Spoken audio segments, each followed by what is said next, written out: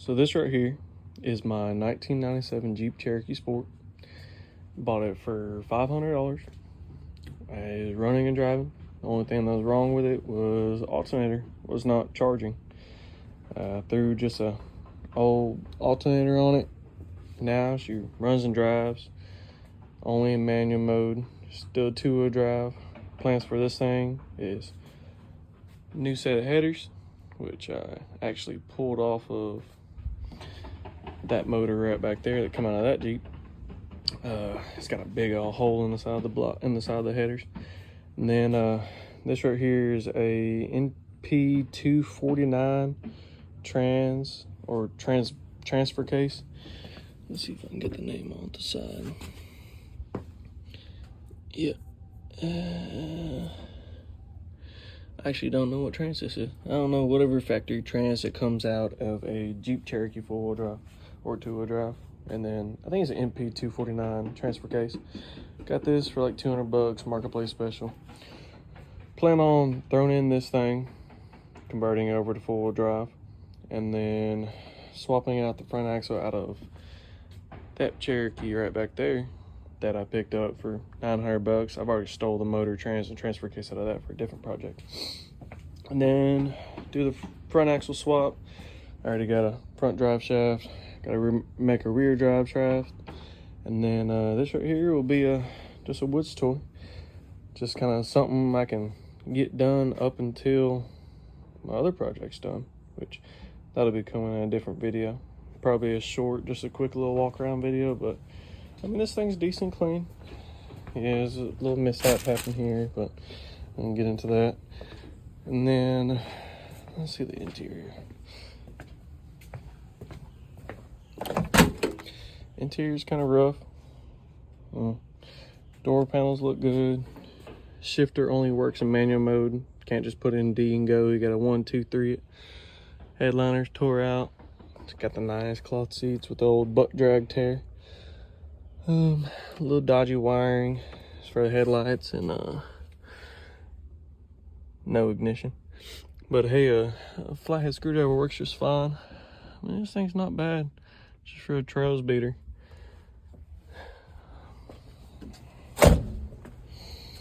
And all the glass is still in it except for the passenger window. Still all factory. Yeah, that's a I think this right here will be a weekend project, just to be able to hit the trails with.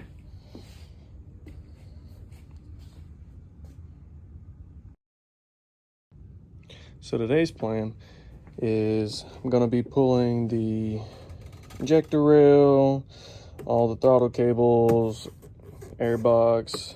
I'll be pulling the intake off because I gotta pull this exhaust manifold right here off, which is a little bit more than just unbolt a few things, pull it off. May go ahead and pull off this whole front end, just make it a little easier.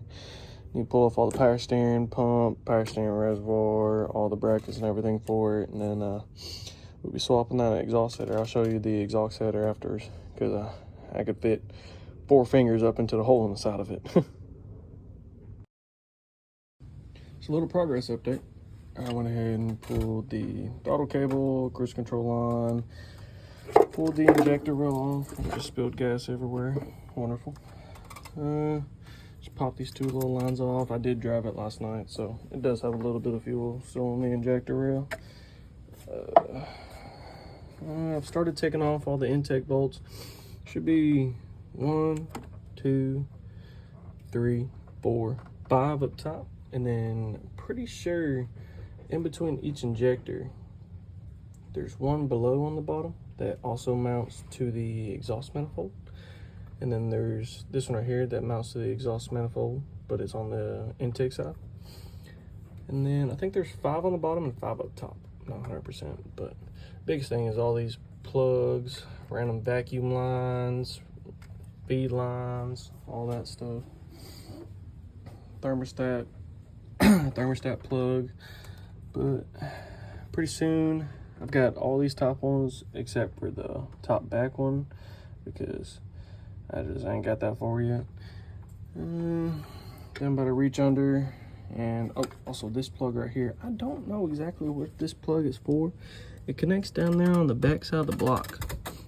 I'm not 100%, but I'm pretty sure it's for some kind of O2 or maybe like a vacuum release sensor. I'm not sure exactly.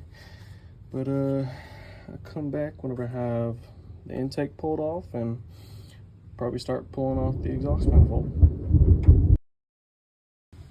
So I've got the intake all pulled off. Everything's pushed aside. Got the intake right here. Everything disconnected from it. And right over here, see that big old crack? That crack right there runs all the way around the outside of this right here. I will also be changing this right here a little bit because I believe that the coupling on the other headers will not meet up with that. And the plans for this one is eventually these two right here, I'm gonna bend them over and merge them into one, bring up right here, turbo.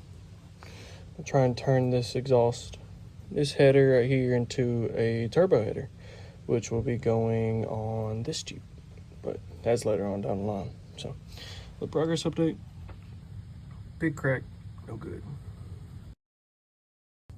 So progress update, there's 2 bolts down here that actually connect the headers to the rest of the exhaust. I soaked them up real good with some PB Blast, let it sit for about 20 minutes, and because they were seized. There's 2 bolts on the bottom that run into like the little coupling. That's a little like little ring that sits around it. I'm trying to find one. Let me see. Might actually have one sitting over here.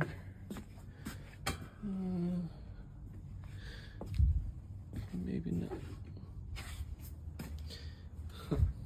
Oh, but there's a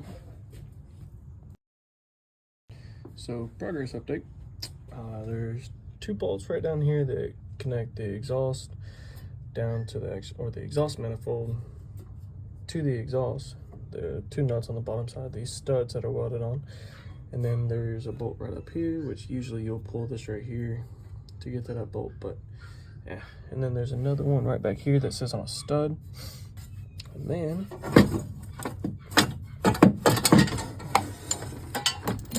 pull it right off, and there's your exhaust manifold. So this right here is a better view of that crack all the way around. Luckily I have another one that actually, I probably end up reusing this and just weld that up. Won't go back on this one because this is an exhaust manifold. And then over there is more like a header setup, which is probably just gonna be dumped straight down to the ground anyways. Cut all that shit out, so sweet. So progress update. I had to go and grab a new intake exhaust combination manifold, or gasket I mean, and had to go grab one of these.